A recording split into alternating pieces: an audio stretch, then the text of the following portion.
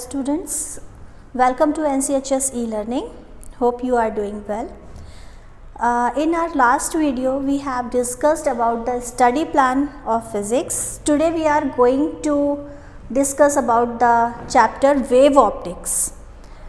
अगर आपने ये स्टडी प्लान डिटेल में नहीं देखा है तो हमारे डिस्क्रिप्शन बॉक्स में लिंक है, आप उस पर जा कर के ये पूरा वीडियो देख सकते हैं. इसमें पूरा स्टडी प्लान प्रॉपरली एक्सप्लेन किया गया है, तो you can watch it. Today we will start from okay students, now we are going to start chapter wave optics and in this chapter first is wave front. Okay, सबसे पहले हम ये जानेंगे कि वेव फ्रंट क्या होता है और इस चैप्टर में अभी हम कम्प्लीटली डिस्कस करेंगे कि इस चैप्टर के कौन कौन से ऐसे इम्पॉर्टेंट टॉपिक्स हैं जो आपको एग्ज़ाम के लिए कवर करने हैं और किस किस टाइप के क्वेश्चंस इसमें से आपको मिल सकते हैं, क्योंकि ये चैप्टर बहुत इम्पॉर्टेंट है. And as I have told in our last video कि ये चैप्टर लगभग 7 to 8 मार्क्स तक कवर करता है. ठीक है, तो सबसे पहले वेव फ्रंट क्या होता है. तो ये एक्चुअली ऑप्टिक्स वर्ड अगर आया है तो ये चैप्टर जो है ये आपके लाइट के वेव नेचर पर डिपेंडेंट है ना. तो वेव जो होती हैं उनकी भी प्रॉपर्टीज़ एज इट इज़ वही होती हैं जो लाइट की प्रॉपर्टीज़ होती हैं. ठीक है, तो वेव फ्रंट की अगर बात आती है तो वेव फ्रंट क्या होता है, जब बहुत सारी लाइट रेज एक साथ बीम के फॉर्म में निकलती हैं या एक किसी सिमेट्रिकल पैटर्न पे निकलती हैं, तो जब हम उन लाइट रेज को देखते हैं तो वो हमें एक पैटर्न दिखाई देता है. ठीक है, वो कहलाता है वेव फ्रंट. राइट, जैसे कि ट्यूब लाइट आपके घरों में लगी होती है, तो ट्यूब लाइट से जब ट्यूब लाइट कैसी होती है, एक सिलेंड्रिकल शेप में होती है, एक लंबी सी शेप में होती है ट्यूब लाइट, तो उसमें चारों तरफ से लाइट्स निकलती हैं. ठीक है, और जब वो लाइट्स चारों तरफ से निकलती हैं तो अगर आप थोड़ी देर के लिए अज्यूम करें तो वो आपको एक सिलेंड्रिकल शेप में लाइट रेज मिलेंगी, है ना. जस्ट लाइक दिस, कि अगर ये एक आपका लाइट सोर्स है जो थोड़ा सा सिलेंड्रिकल फॉर्म में है, तो उसमें से लाइट रेज कैसे निकलेंगी, लाइक दिस. और ये लाइट रेज जब पूरा पैटर्न कवर कर लेंगी तो ये आपको एक तरीके से सिलेंड्रिकल पैटर्न मिलेगा. तो ये कहलाता है हमारा वेव फ्रंट.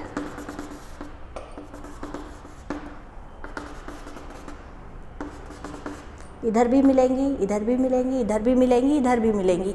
ठीक है, तो ये हमारा कम्प्लीटली वेव फ्रंट कहलाता है. तो इस तरीके से हमारे पास वेव फ्रंट जो है वो कितने टाइप के हो जाते हैं. एक तो ये हमारा सिलेंड्रिकल वेव फ्रंट हो गया. अगर किसी पॉइंट सोर्स से लाइट रेज निकलती हैं तो वो कैसे निकलेंगी, चारों तरफ. जैसे जस्ट फॉर एन एग्जांपल आप ले लो कि एक छोटी सी कोई बॉल है और उस छोटी सी एक बॉल को एज अ लाइट सोर्स अगर हम कंसीडर करते हैं तो उसमें ऊपर नीचे इधर इधर चारों डायरेक्शंस में जो बॉल का सरफेस है उस सरफेस की चारों डायरेक्शंस में परपेंडिकुलरली जब लाइट रेज निकलेंगी तो वो लाइट रेज का एक पैटर्न हमें स्फेरिकल फॉर्म में मिलेगा. तो वो हो जाएगा हमारा spherical wave front. Just like this, circular form इसमें नहीं आता, स्फेरिकल वेव फ्रंट ही होता है. ठीक है, तो ये एक पूरा sphere just like a ball, आपको एक ये स्फेरिकल वेव फ्रंट मिलेगा. तीसरा होता है plane wave front. Plane wave front कैसा होता है, जब हमारी लाइट रेज बिल्कुल पैरेलली इस तरीके से जा रही होती हैं एक बीम के फॉर्म में, तो जब हम उनको सामने से अगर देखेंगे तो वो हमें एक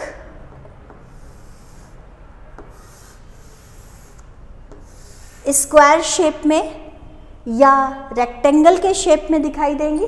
तो ये जो लाइट रेज होंगी जब ये आगे निकलती जाएंगी तो ये आपको एक रेक्टेंगुलर या स्क्वायर शेप का व्यू देंगी. तो ये हमारा कहलाता है प्लेन वेव फ्रंट. ठीक है, तो ये 3 टाइप के हमारे पास वेव फ्रंट होते हैं. अब बात आती है कि ये वेव फ्रंट एक्चुअली है, इस पर बेस्ड हमें प्रिपेयर क्या करना है।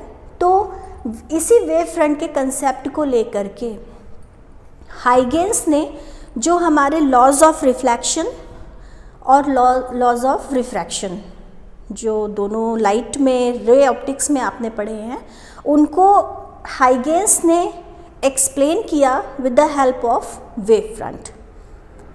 ठीक है, तो ये रिफ्लेक्शन और रिफ्रैक्शन हमने रे ऑप्टिक्स में पढ़ा था लाइट रे के फॉर्म में, इसमें वो दिए गए हैं वेव्स के फॉर्म में, राइट, वेव फ्रंट के फॉर्म में।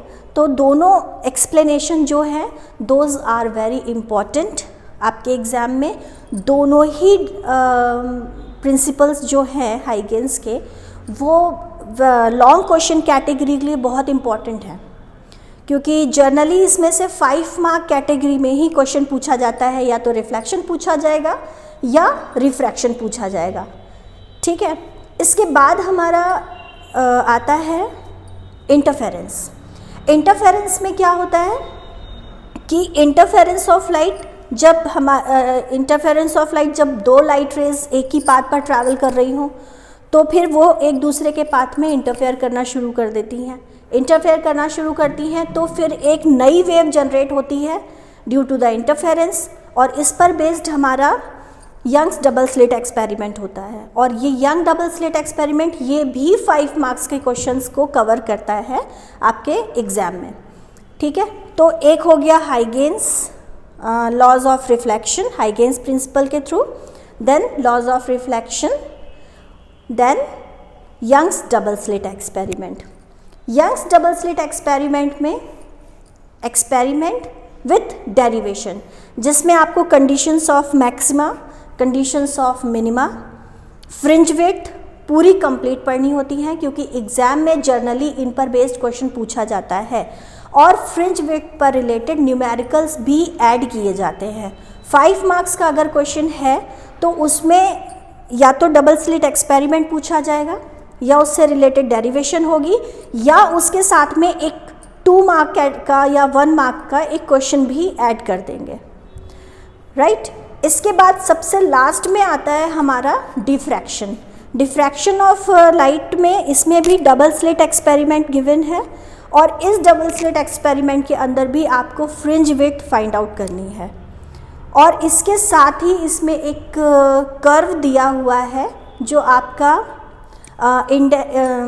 इंटेंसिटी रिजॉल्विंग कर्व है। ये इंटेंसिटी रिजॉल्विंग कर्व कभी कभी 1 मार्क कैटेगरी में ऐड कर दिया जाता है क्वेश्चन के अंदर। या तो ये कर्व आपको ड्रॉ करना होगा, या फिर ये ब्लैंक कर्व आपको दे दिया जाएगा, और इस ब्लैंक कर्व के अकॉर्डिंग आपको इनकी जो वेवलेंथ होती हैं वो फिल करनी होती हैं डायग्राम के अंदर। तो by this way we have covered the main points of this chapter. आगे के ये जो टॉपिक्स हैं हमारे हाइगेंस लॉज, ये डिटेल में फिर हम अपने आगे के वीडियोस में इनको कवर करेंगे, तो you can watch them. With this we have completed our chapter. If you have any query, you may ask your questions in our comment section. Like and subscribe our channel. Thank you.